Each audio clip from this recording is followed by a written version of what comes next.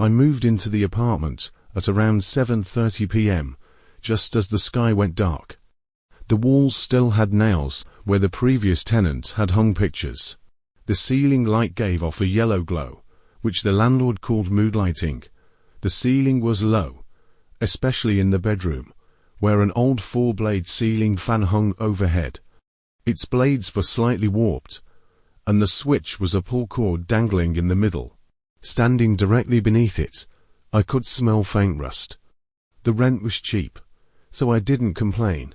Nothing happened the first night. But on the second, I was deep asleep when I suddenly felt a breeze brush across my face. I opened my eyes. The fan wasn't on. The windows were closed. The air had come from above and it was damp. I sat up. The ceiling fan gave a slow, deliberate turn, like someone had just pushed it. I stared at it for a long time, unsure whether it had really moved. I didn't sleep again that night. By the third night, the fan started spinning more often. I hadn't touched it, but sometime after midnight, it would slowly begin to turn, picking up speed. Sometimes, it made this faint scratching sound like fingernails dragging across plastic just for a second or two. Then it would stop. The next morning, I found a small clump of black hair on the floor beneath it. Dry, thin strands tangled together and caught between the floorboards.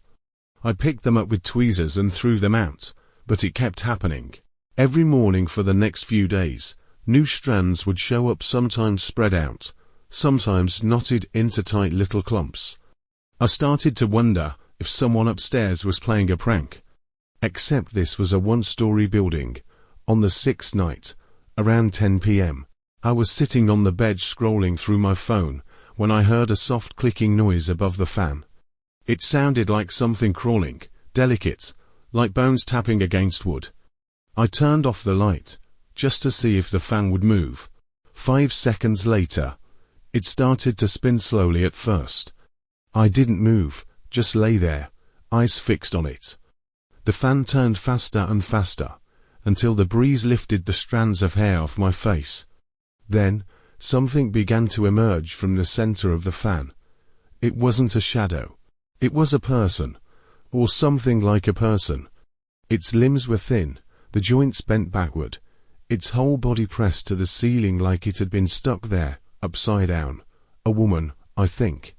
Her face wore an exaggerated grin, mouth stretched so wide it nearly reached her ears.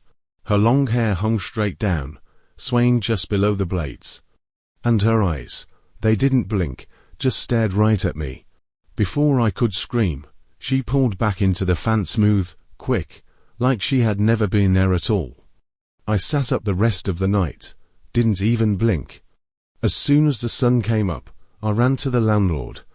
He looked surprised. "You're the 7th one to say that. You knew there was something wrong with the fan. I thought she left." One of the previous tenants said she only moved at night.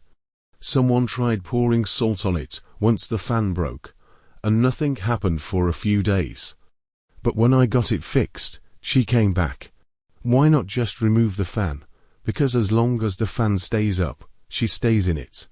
If you take it down, she starts crawling around. I stood there, hands sweating. "What is she?" The landlord didn't answer. He just handed me a small desk fan. That night, I tried to ignore it, sat up, eyes locked on the ceiling fan all night. Didn't sleep. At around 2 a.m. the fan suddenly sped up. As it spun, it let out a soft, rhythmic clicking almost like laughter. The blades shook, bouncing up and down. Something was moving inside. I kept watching. Then it stopped dead. And a single strand of black hair dangled slowly from the center. I jumped up and unplugged the fan. It started spinning again on its own. The breeze lifted the hair into the air. And then, fingers pale, thin fingers began slipping through the opening. One by one, reaching, searching. I locked myself in the bathroom, and didn't come out until morning. First thing the next day, I called a moving company. When they carried out the last box, one of the movers glanced up at the fan and said, thought it just smiled at me. I didn't look back, The new place has no ceiling fans. Just a single light bulb hanging from the ceiling. Still, some nights, I hear wind, not strong, just faint, like a draft slipping down from overhead. And every now and then, it smells like hair. The day I accepted the night shift nursing position at St. Mary's Hospice, Administrator Mrs. Brown handed me a rusted brass key, her fingers trembling slightly. "The storage room on the west wing, 3rd floor," she said. Avoiding my eyes, double quotes. "No need to go in there." The Victorian building crouched on the hillside like a rain-soaked crow. My rubber sawless made sticky sounds on the marble steps, and the lobby reeked of antiseptic mixed with something sweetly rotten. The night guard, Joe, a retired veteran, adjusted the monitors for me when the screen suddenly filled with static. "Don't mind that," he said, slapping the old machine. "The wiring up there hasn't been touched since 1989. When the feed returned, I saw a figure moving slowly down the 3rd floor hallway, dressed in an old-fashioned nurse's uniform." "Who's that?" I pointed. Joe's Adam's apple bobbed. "The monitors replay old footage when they glitch," but he shut the screen off too quickly, the plastic button creaking under his grip. At 2:17 a.m., as I pushed the medicine cart past room 315, I heard a rhythmic tapping inside. Through the door's small window, Mr. Carter, an advanced Alzheimer's patient, lay in bed, his eyes wide and unnervingly clear, his fingers rapping 3 long beats, then 2 short, against the mattress. "Need pain meds?" I whispered. His milky grey eyes snapped to me. "She's making her rounds," he rasped. "The nurse in the white shoes. Listen. You can hear the white shoes on the tile." Down the hall, footsteps clicked, not the squeak of rubber sawless, but the sharp tap of hard heels. When I turned, the corridor was empty, lit only by moonlight. But the air carried a sickly scent, formaldehyde laced with jasmine, the medicine cart's wheels jammed. When I bent to check, I found them tangled with thin strands like surgical gut. As I pulled the threads free, my fingers came away smeared with something brown that bled rust red into the alcohol swab. At exactly 3 a.m., the nurse's station phone rang. When I answered, all I heard was steady breathing and the faint clink of metal instruments. "Hello." I gripped the receiver. "Temperature."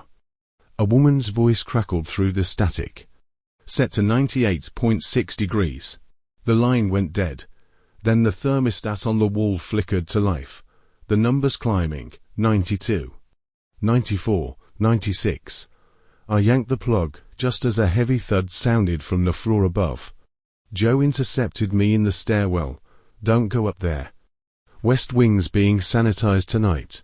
But the cameras showed someone. His fingers dug into my wrist. "You haven't learned to tell the glitches from the real feed yet." His bloodshot eyes darted. "In '89, there was a nurse in that storage room. Just don't open that door." At 4:20 a.m., Mr. Carter started screaming. When I rushed in, his sheets were soaked in a chemical-smelling fluid. His skeletal hands clawed at his own throat, his pupils shuddering wildly. "She's taking temperatures." With the silver, foam bubbled at his lips. 98.6 degrees. As I prepped the sedative, I noticed a small, perfectly round puncture behind his ear. The old mercury thermometer was gone from his nightstand, replaced by droplets of silvery liquid metal on the floor. At shift change, Mrs. Brown saw the blood on my brass key. "You went in?" Her voice spiked. "No, but last night." "Mr. Carter passed at 4, she cut in. Sedative allergy." The lie was clumsy. I'd seen the death certificate stamped at 3 a.m. The next night, the elevator ignored all buttons and took me straight to the 3rd floor. When the doors opened, the hallway lights flickered in sequence, and a sickly yellow glow seeped from under the storage room door. The key burned in my pocket. When I finally turned it, I heard the clatter of instruments inside. The room was a perfectly preserved nurse's station from the 1980s. On a stainless steel tray lay an oversized glass thermometer, the mercury frozen at 98.6 degrees Fahrenheit. The duty roster on the wall read, "Nancy Wilkes, November 1989 night shift. When I touched the thermometer, the fridge door swung open, revealing 12 glass vials of clear liquid. A handwritten label inside read, "Special formula, maintain 98.6 degrees Fahrenheit." Worst of all, the fridge was still running, its motor humming, the lights cut out. In the dark, something cold and metallic closed around my wrist, the tip of the thermometer. I yanked free, knocking over the tray. As glass shattered, the jasmine stench flooded the room. When the emergency lights flickered on, the room was dusty and abandoned again except for 2 sets of footprints in the grime, my rubber sawless, and the sharp imprints of nurses' heels. The security tapes showed me dozing at the desk all night, but when I rolled up my sleeve, a faint bruise circled my wrist, the exact diameter of an old thermometer's bulb. The next morning, I found a 1989 newspaper in the break room. A tiny article read, "Street, Mary's nurse Nancy Wilkes returns home." A fresh sticky note beside it said, "They said I injected patients with cold water, but the ones who really needed their temperatures taken were the living dead." When I quit that night, Mrs. Brown approved it instantly, handling the brass key like it was radioactive. As I left, I glanced up at the third-floor window. A pale figure in white pressed something against the glass, a massive thermometer, its mercury column frozen at 98.6 degrees Fahrenheit, glowing in the moonlight. Later, I learned that 98.6 degrees Fahrenheit is the exact temperature of a healthy human body, and in the winter of 1989, 12 St. Mary's patients had all died in the same early morning hours, their death certificates citing hypothermia. No one explained how bedridden patients could simultaneously freeze to death, just like no one explained why Nurse Nancy's resignation coincided perfectly with those deaths. Now, whenever I see a mercury thermometer, I remember the sounds from behind that door, the clink of metal trays, the tinkling of glass vials, and the faint hiss of liquid through a needle. Worst of all, I've started noticing how, in certain hospitals, when hard-soled footsteps echo down midnight corridors, dementia patients will suddenly sit bolt upright, their milky eyes fixed on nothing, fingers tapping 3 long beats, then to short, against their beds. That night, I just wanted a place to sit for a while. I just started a new job, and the pace felt like a never-ending race. The noise of the city was suffocating. I needed a little alcohol to quiet my head. There was this bar not far from my apartment, nothing special. The kind of place you'd walk past 100 times and never notice. The wooden door was old, the handle loose, and the windows had faded beer ads peeling at the corners. Inside, it was small, a bar counter, a few high stools, and an old, yellowed mirror hanging on the back wall.